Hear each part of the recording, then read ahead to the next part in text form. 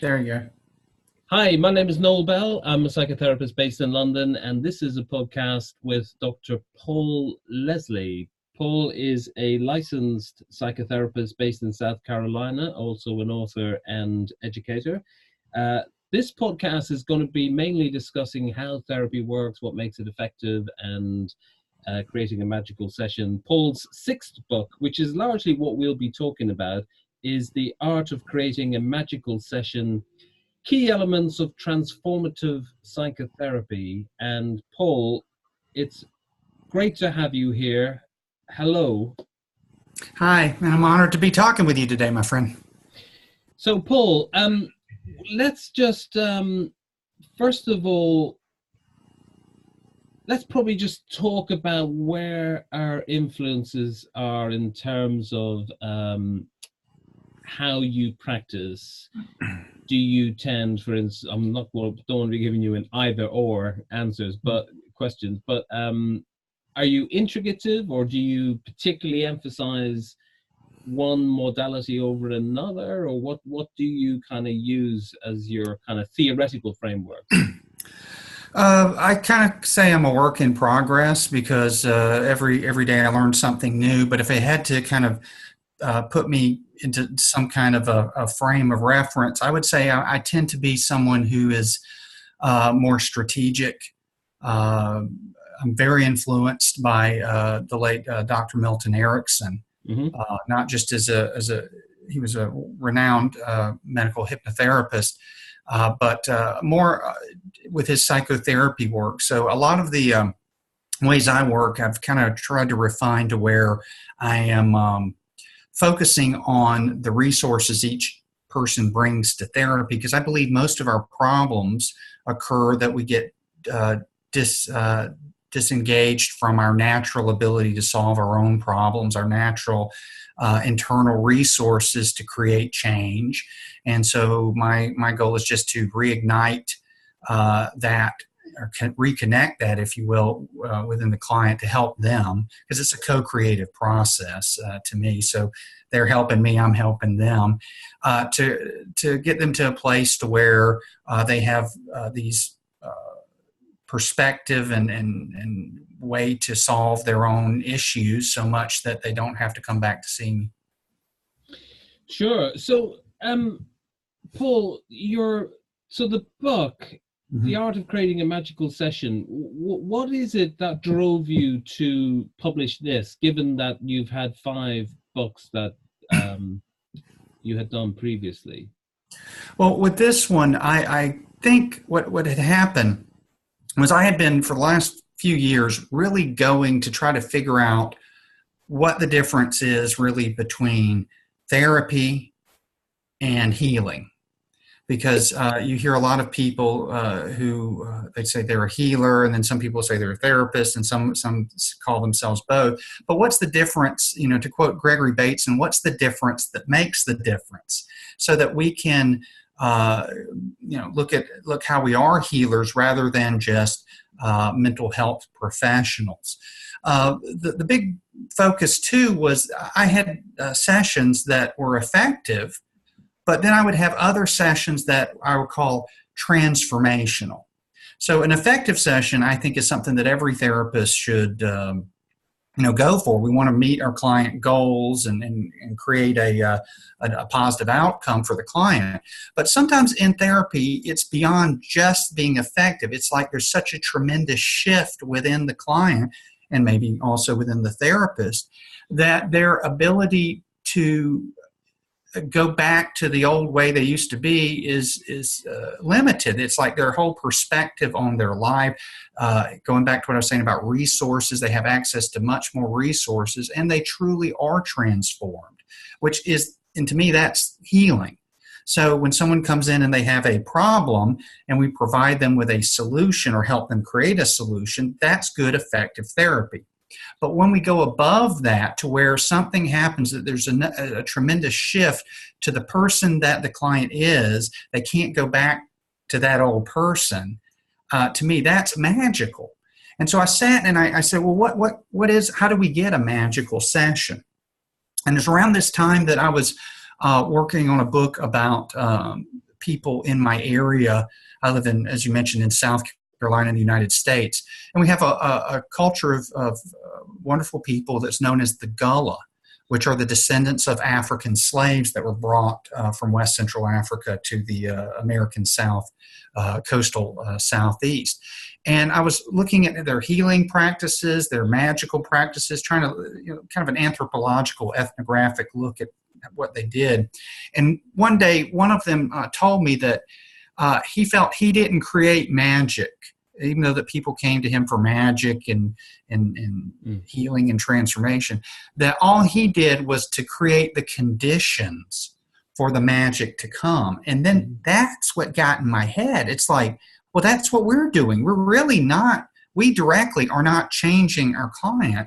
We are creating the conditions so that change and magic, if you will, healing can occur. So rather than it being something that, as a therapist, I'm doing to the client and I are co-creating these conditions to give a ground, if you will, for this magic of a session to unfold. So rather than just be a very linear, if somebody does this, you do that.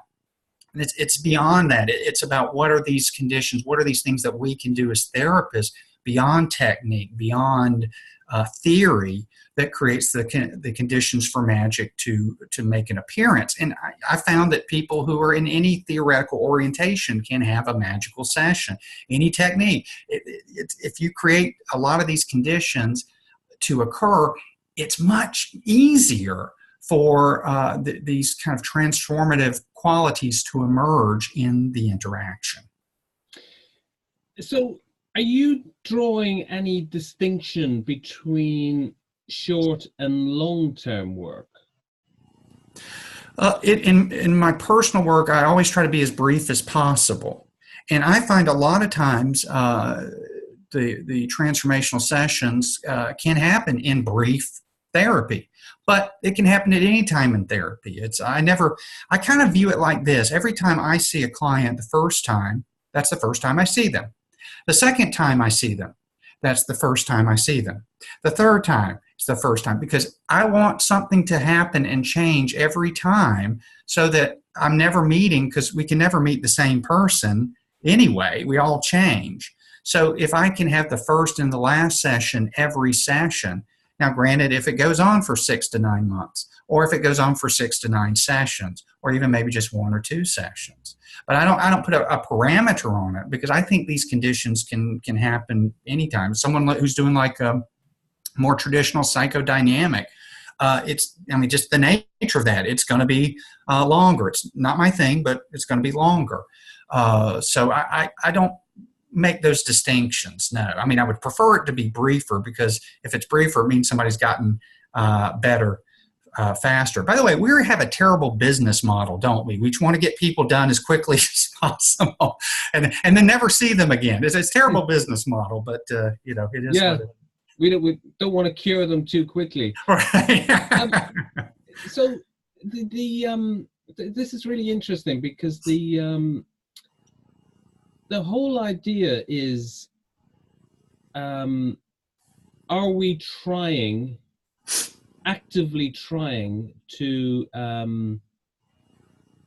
affect a magical session every time?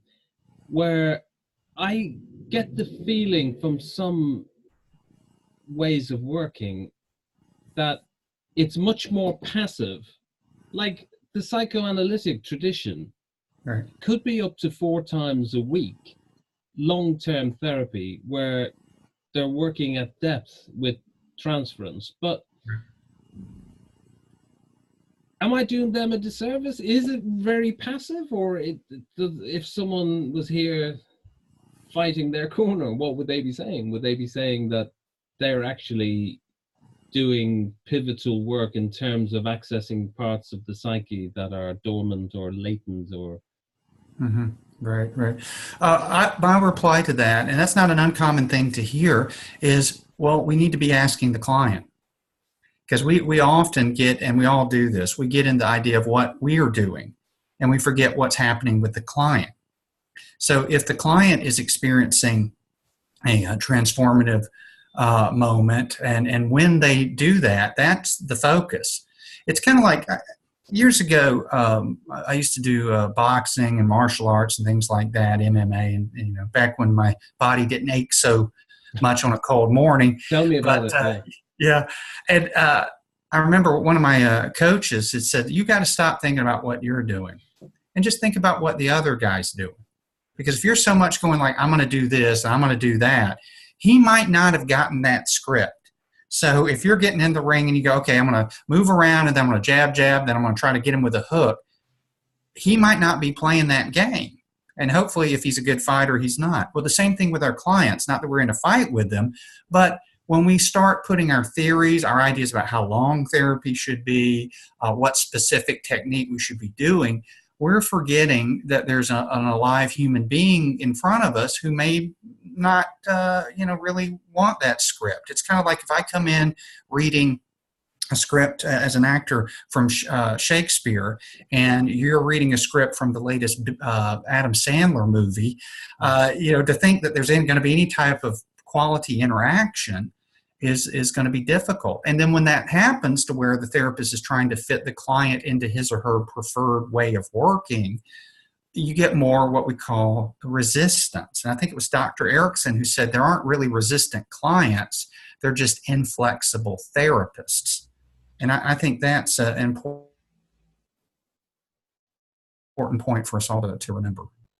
Yeah, because it almost like there's a certain implied arrogance that there's an assumption there that all therapists have reached such gigantic personal growth in every area themselves. Right. And that they're almost always right and developed, and that any therapeutic outcome will come through them.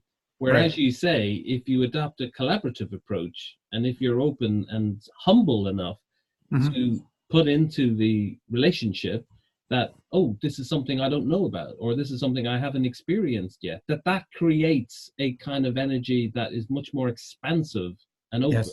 Yes, exactly. And we have to be able to be indirect, but also directive sometimes, depending on what's coming back to us. Good therapy to me has some element of improvisation, because if what I'm going to throw out, I'm hopefully getting something back.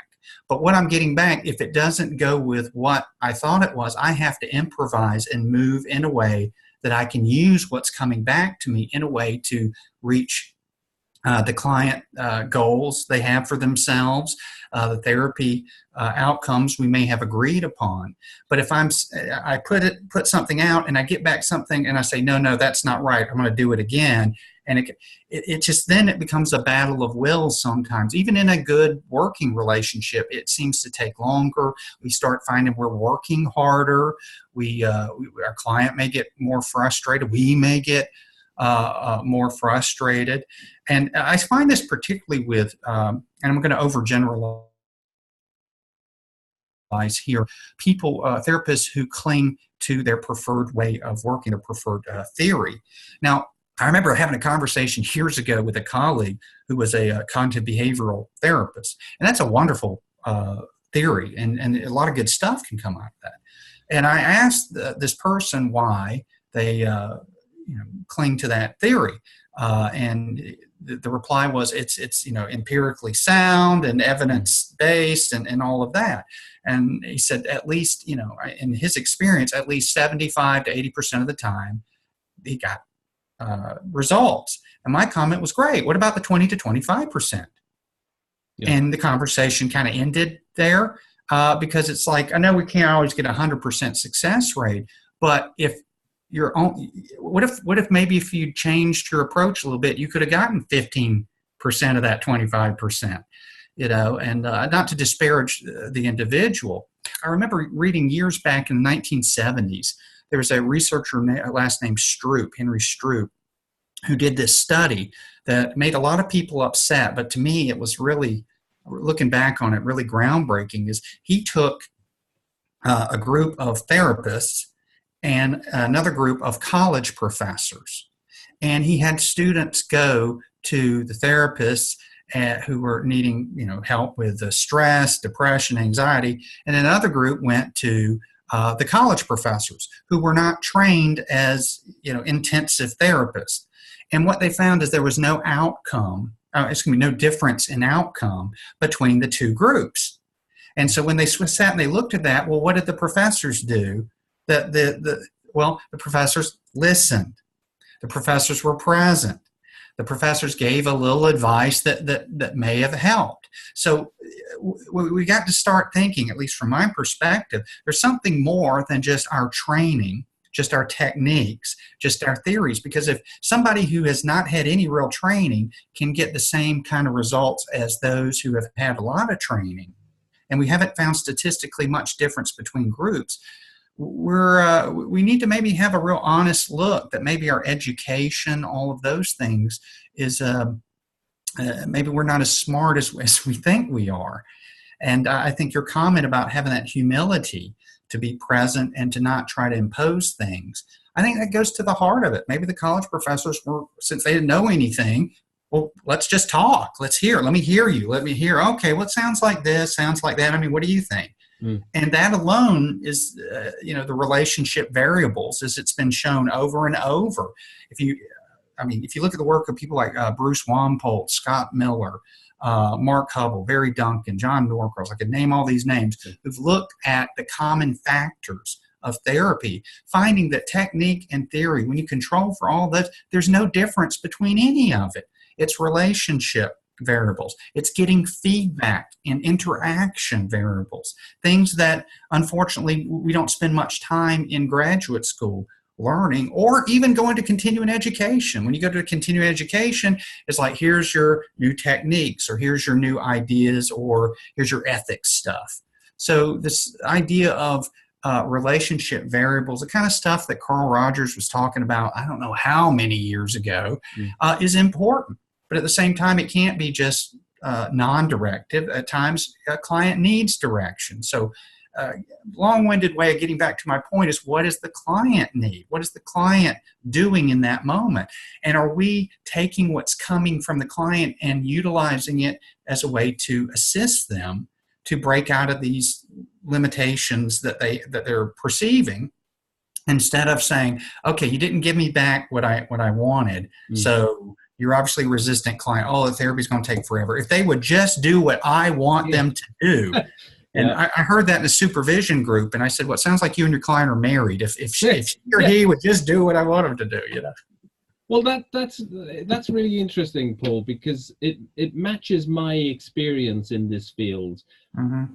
Clinical supervision, group supervisions particularly, when there's a common ethos and there's a collusive quality to the group. So there's a presentation on a client case study, say, then there might be a domineering supervisor or member of the group who then forces almost the conversation and the discussion and the discourse down a certain route, which might be its all felt sense, or it might be a cognitive route, or something else, or they're sensing something. And all of a sudden, in my experience, there's been maybe less confident members of a group feel like they have to kind of toe the line, right, and agree with the ethos. And all of a sudden, there's no contrasting views present.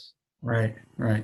Yeah, I totally agree. And all of those things that you mentioned, I've experienced as well.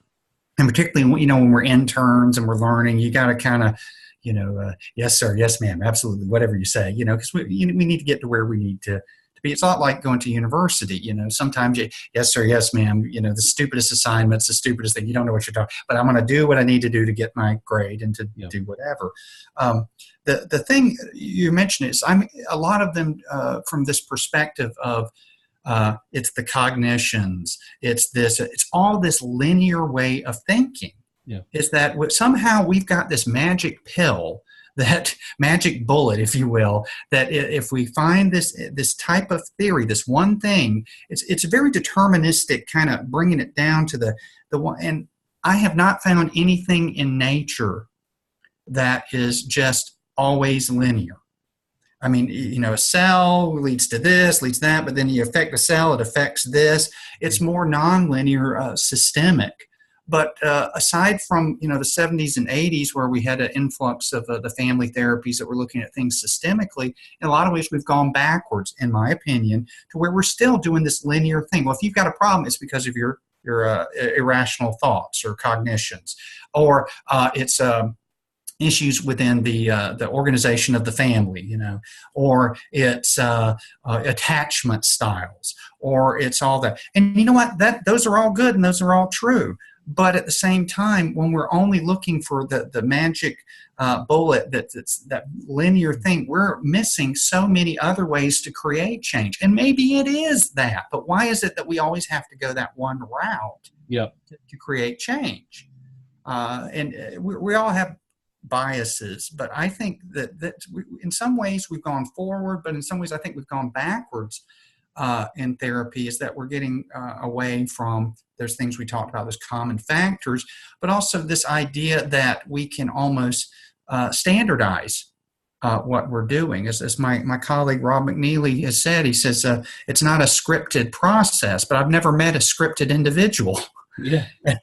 And I think that's it. We're trying to, go get in the ring, as I said, with a boxer and think, well, remember, just go jab, jab, cross.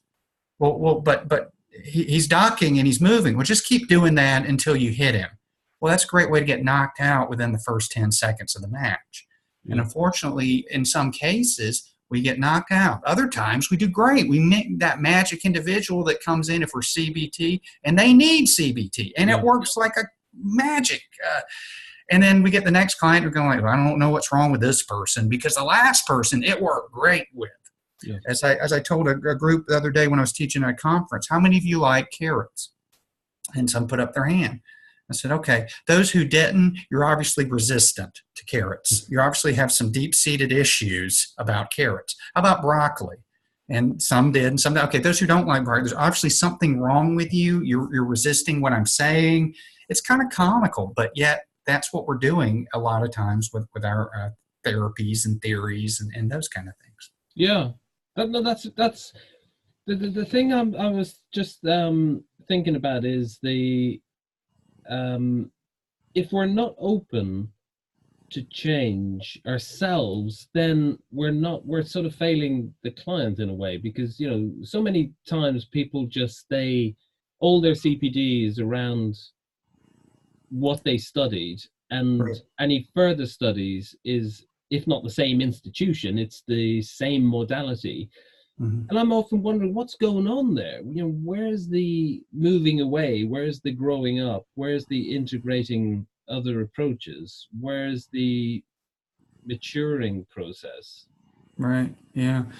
I think for a lot of people in the field, it's we all get caught in the day-to-day grind, particularly many of us have worked in the social services arena, community mental health. It's really easy to get into that daily grind and having so many clients you don't know what to do with, and excuse me, losing our creativity or access to our creativity, and thinking that if we just train a little more, read a little more, go to the right seminar or workshop, suddenly we're going to get something that transforms our practice. And in some cases that can happen. But the research that I have seen repeatedly is that even extra training doesn't always change outcomes. Mm. So I think you make a great point, is how are we growing? In kind of the circularity in therapy, if you want your client to change, I know Bradford Keeney used to say, if you wanted your client to change, you needed to change first. Mm. You need to create something. And if you create some kind of something with yourself in the interaction, they have no choice but to alter as well. So instead of this, again, this is a linear thing. I'm doing this instead of I'm changing too. Mm. I don't know if you've ever had this experience, but I find that in some cases, the things we say and we do for our clients are actually the things that we need to do and the messages we need to hear. So if we were take that as in we're also getting information about ourselves and how we can change and grow, I think right there you see that who's the therapist then? What if the client was sent to you and they're your therapist, but they're undercover and they don't even know it? Yeah. But they're there to help you wake up and become alive and inspired and solve your own problems. But the only way you can do it is by co-creating with them to help them solve theirs. I mean, it's kind of crazy sounding, but I'm seems to be what I'm experiencing. So. Because that begs the other question: is if and it could be happening, and probably is happening unconsciously, but are people turning up at your door because they're, what are they really being attracted to? Or do they sense there's something maybe that you haven't manifested yourself? Mm-hmm. Yeah. I mean, consciously, they'd probably be thinking, hopefully, they'd be hoping that you have manifested and provided mastery around something. I mean, typically addictions, people who set themselves up as, the new Bill Wilson and the most sober person there is in the world, and then they run a rehab facility and charge all sorts, and that's what they're actually almost selling. Well, I'm talking about unconsciously. Do people and clients do, don't they? They sense if we haven't gone somewhere ourselves, maybe around a sexual area or something around money or something around confidence of pushing ourselves forward in our careers, maybe? Yeah. That's one of those things we can neither prove nor disprove. But I will say I will agree with that, my own personal belief. And it's funny, when I'm going through something, a challenge, I start to see more of that show up in my therapy room. And not just my therapy room, just in my life in general. I'll give you a quick example. Several years ago, I was going through a really bad time. My wife had decided she didn't want to be married to me anymore, and we eventually divorced. And all the problems that there were in the relationship magically started to show up in the couples, I would see. Because, you're always going to hear similar stuff with couples. But a couple of the couples, I swear it's like they took the script that my ex-wife and I were living out and were reading from the same, they seemed to have the same way of interacting, the same way the wife seemed to respond and the husband seemed to respond more like, and granted, we could just say it was common problems and that it was a coincidence. But it wasn't until once I got past and was able to begin the process of healing that and working through it, that then I would see a decrease of that. So I hear that often from therapists. And you'll notice, people who find their niche, it's usually something that either they need to work on or they have worked on. And because there's that resonance. Here's where I think it's important that we are totally human with our clients and not always be the expert. To sometimes, not that we have to self-disclose, but that humanity is like, geez, anxiety is something that I've kind of wrestled with too. Because I think we get into this, in the West, we get into this idea that a lot of the things that we naturally experience in our emotional states are automatically something to be eradicated. Well, the more you try to eradicate one part of a yin of a yang, the more it's going to get solidified. You can't have, as I like to say, you can't have a one-sided coin. Yeah. So when you say, I want to get rid of all my anxiety, well, what's the opposite of anxiety? Calm. But you can't have calm if you don't have anxiety. Yep. So instead of trying to eradicate these parts, maybe our being more human and open to what our clients are bringing in is a healing for them as much as us. So instead of trying to eradicate all the perceived negative, we can start to learn that we are, as I said, a work in progress and kind of humanize that element. It's some of these therapies, and I probably get flack for saying this, but I'm going to say it. You might as well be an exorcist, because it's like you have to go in and banish parts of the human experience Because that's the way from that particular theory, that's the only way you think that somebody can heal. Yeah. What if they can heal without banishing those terrible parts? What if there's a way to heal even while you continue to have the thing that they classify as a problem? Well, that's echoing so much of the stuff I've been reading recently. Now, we talked off air about some of the internal family system stuff. Right. We shouldn't probably get into the politics of, when things become a little bit proprietary. But right. What I do like about Dick Schwartz is the not killing off parts, but right. actually dialoguing and learning to unburden the right. maybe extreme emotion from the part that is the most vulnerable, which kind of it just builds on the sort of subpersonality stuff I was trained in, and also the multiple self, Herbert Herman stuff around dialogical self theory, which is accepting that we're not, and even back to Freud, it's like that we're multiple, we're not one, and we don't have to pathologize when we think about multiple, that there might be a part of us that wants to go to the party tonight, but there might be another part, and this is when I break it down to very everyday language with clients and they really get it. There might be another part of us that just wants to be in our study and close the curtains and be solitary. Well, there's two parts that you could dialogue with, rather than wanting to kill off the part that doesn't want to go to the party. Right. Exactly. And I also think that unfortunately a lot of modern therapy doesn't pay attention to the context in which certain things originate, or the person's frame of reference. Because I think most things that we do make perfect sense within certain contexts. So if we're trying to get rid of a behavior, but it makes sense in a certain context, it's going to be next to impossible. Or maybe the context we're not aware of, and then when we either observe the context or change the context, things change. Here's a quick example. Years ago, I had a lady who she had her 8-year-old, I think it was 8-year-old son. She and her husband had divorced a couple of years, about 2 years before, and the boy's father had been very physically abusive, so the boy witnessed a lot of stuff. And so mom got out of that, and then now, a couple of years later, she's dating this new man. Well, the 8-year-old's acting out, being a bad boy, doing all, sassy, pushing the guy's buttons, being real ugly and nasty. And so she came in and said, I don't know what to do about this behavior. And so from that context, the behavior was bad. You don't sass people, you don't throw tantrums, you don't yell and scream and act out.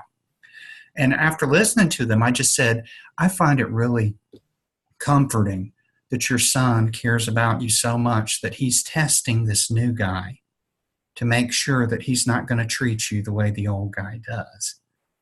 And it's like the shift happened in the way she solved the problem. So even though the behaviors didn't initially change, for the next few weeks, the way she processed them, the way she dealt with them, having that perspective, oh, he's just trying to protect me.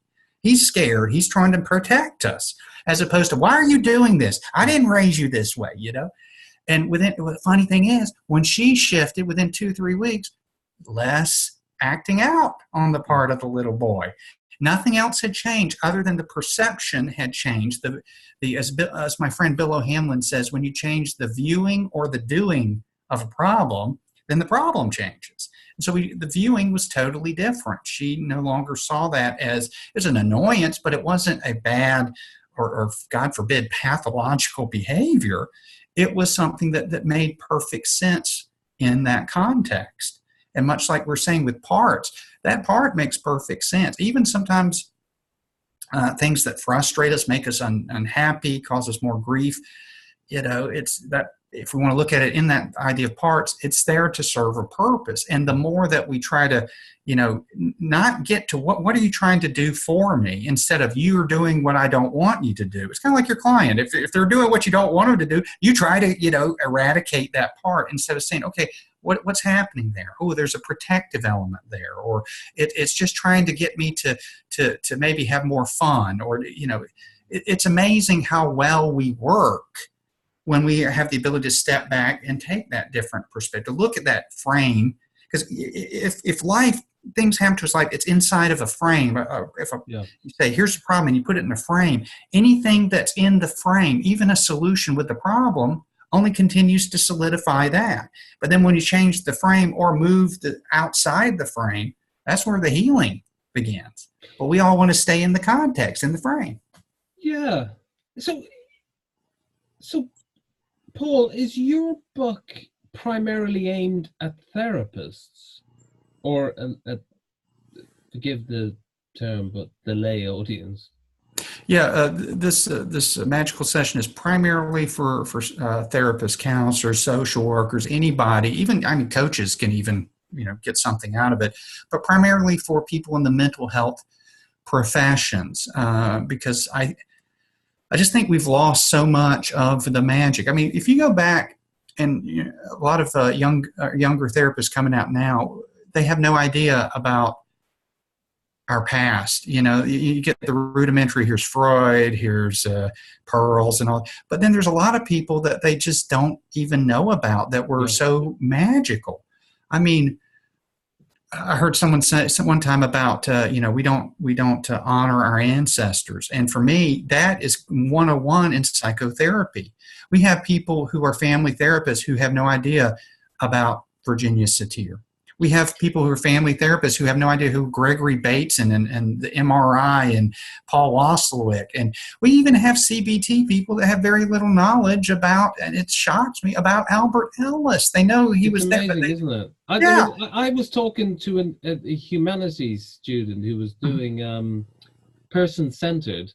Now, the late John Rowan, and personal plug here, there's a great interview with him on my channel. In the UK, I just couldn't understand how someone doing person-centered therapy hadn't even heard of him. Right. I think it's because we're on this quest for the latest, greatest. And if we can find the latest, greatest thing, that, that magic bullet, we can, be more effective. And it has shown that that's not really the case. And the other thing is,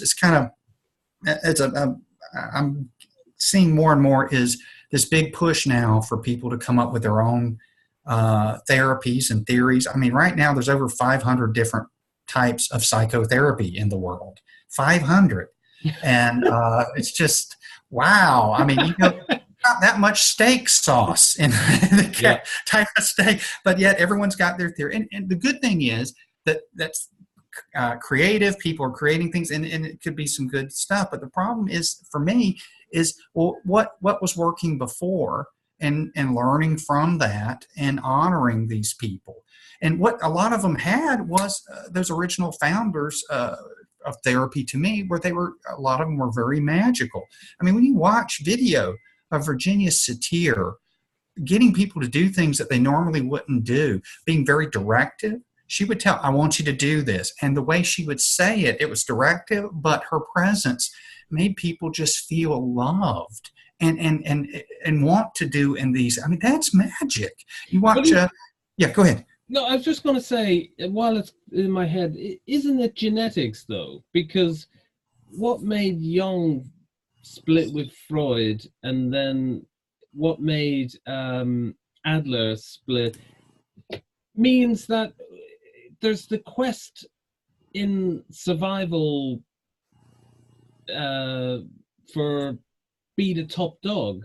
It's like, and it's in every field. It's like when someone comes along with this is the truth, and everyone else who's gone before is a lunatic or is insane. But it's in every field. I've got an anesthetist friend who said when his head of department finished and a new guy came in, every new system was as if the previous guy was insane. Nothing was, everything was changed. And is that something around genetics? Well, I don't know about genetics, but I think in some ways it may indeed be human nature, or just in general. the idea of that we have the truth. I'm reminded of that old story about the God and the devil were up in wherever looking down on earth, and God says, "I think I'm going to get you this time." And he says, "You see that guy walking down that path in the woods?" He says, "Watch." And then the guy's walking down, and he suddenly sees something, and he just is so happy, and he picks something up, and he just holds it and holds it, and then God looks at the devil and says, "I've just given him the truth." Mm. And then a second later, the guy grabs it, puts it under his jacket, and runs off. And God looks over at the devil and goes, "What did you do?" And the devil says, "I sent him to go organize it." Yeah. And I think that's the same thing with our thing. When we get, or it's now we're in a limited thing. The reason Jung broke with Freud, I mean, there are many personal issues in Adler. Freud was totally inflexible. It had to be the psychosexual drives and things like that. He wasn't open that there would have been a collective unconscious, that somebody's inferiority could drive them to power. He was at, no, it has to be this, and again, Freud was such a conflicted guy because he didn't want, like with Jung, he didn't want the occult, anything in with the occult. And then you find out that Freud was studying telepathy and things like that in secret. So it is kind of an interesting human nature, as we'll say, genetics. But I think when somebody wants to own something or we naturally want to be appreciated. I mean, look, I'm on this podcast with you because I'd like people to find out about my work. I want to be appreciated. I love to sell a few books. But when we get to the point where that stands in the way of growth in our field or growth even with our clients, then you start to see the megalomania or the dictatorships kind of rise up, and then we get into copyright infringements and those kind of Unfortunately, there's a lot of good. There's always good with bad, but I think unfortunately we're getting into that realm now where everybody seems to have their preferred therapy and trying to market it, and I think we'll continue to see more of those offshoots and breaks without much acknowledgement of the past. But that, again, may be human nature. Yeah. So the other thing is there in seeking to create a magical session with a client, is there any people who you think, because of the type of person they are or the presenting issue, that you can't help? That one cannot help? Yes. Yeah, sure. I try not to think about that because, I don't want to bias that, but I think we always run into some people that we, as in, me, you, can't help. But then somebody I might not be able to help, you may be able to, and vice versa. Because, again, if we go back to those relationship factors, that's sometimes we just click with people. There are people that I know just in general that they're nice people, but we're never going to be friends with them. Yes, but what about I don't know about, I'm sure it's the same in the States, but in the UK there's, sometimes there's, it's women for women or black therapists for black clients or gay therapists for gay clients. And I'm often kind of wondering, I can see sometimes where that can be appropriate, but is there some sort of avoidance going on? Like, is there some sort of collusiveness there? Like, if part of good psychotherapy for me is, support and empathy, sure, but then the therapist needs to be asking the difficult questions, and if one is setting themselves up to be their best friend, can you kind of be the one then asking the difficult questions? Well, I think certainly there's always got to be some kind of a boundary there to where you're not crossing over that. Comments about being a friend, not that it's I don't want to give the impression that's cool. Although some people, their idea of boundaries are much more flexible than mine in therapy. I don't know if that works for them, but again, it's about the client. To your comment about essentially, going to someone who you like, who's like you. So women go to women, African or American go to African American, all those kind of things. That can be helpful in some cases because you have that recognition for some people that, okay, you know the story because you've lived it. But I think with anything that we also miss opportunities if we don't, talk to somebody who's a little different than us. But then we as therapists, we can take this another step further. We have a niche. So we have a niche, meaning that's who we work with or we feel comfortable, but maybe sometimes we need to open that niche up a little bit. So if I'm someone who only deals with anxiety, maybe every now and then I need to work with somebody who's depressed or relationship issues. I mean, it doesn't mean that we have to do things that were just not our cup of tea, but at the same time, if this is a process of growth, maybe not limit ourselves so much, because that's what the psychotherapy business gurus say. Find your niche, only work with people in the niche, and that can be very helpful. Because if you're energized by it, that's fine. Me personally, I see almost a little bit of everything because I don't think about that. I think about everybody's unique. So I don't, even somebody who has anxiety, well, the way they handle anxiety is unique. So I know I see both sides there, I guess is what I'm saying. Yeah, sure. Well, that's really interesting. So does what we've been talking about, is this the sort of stuff that the book touches on? Pretty much. Essentially, giving people who are reading it different perspectives. I have several chapters on how to move away from regimentation and kind of scripted ways of doing therapy. For example, there's a whole chapter on improvisation and spontaneity and ways to create that. There's a whole chapter on once you understand how frames are created, contexts are created, how to shift contexts, and the importance of expectancy, importance of therapeutic rituals, because that's another element that I don't see as much these days that's helpful, because sometimes as we're talking about the unconscious, consciously we know what to do, but our unconscious is stuck, and therapeutic rituals kind of symbolically open up those resources. So I think that's the bulk of what we've been talking about. You'll find in that book, and I think it'll be ways and stories and stories from my practice, but also stories from people who are so much better than me, to say that these are common things that we all can do, whether you're a behavior therapy or a person-centered, we can all do these kind of things. Yeah. And what is the, I'm almost victim of what we're seeking to talk about, what we've been seeking to avoid by suggesting what the silver bullet is of the approach of the book. But if you were to encapsulate, well, I suppose that's a reasonable question. If someone is thinking of all the books that they could potentially buy or read, and let's face it, in the modern world, we have such limited attention span these days. Oh, yeah. Why your book?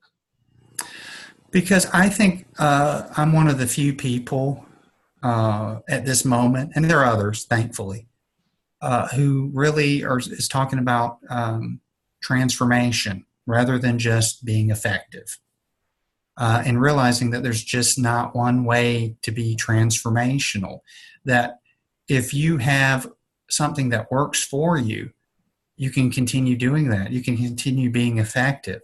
But we don't want to limit ourselves to just effective. What if this was a transformational process? What if our field is part of this great long healing tradition past Freud, back to the dawn of time, where the tribe shamans and medicine people were there to help with not just physical but mental?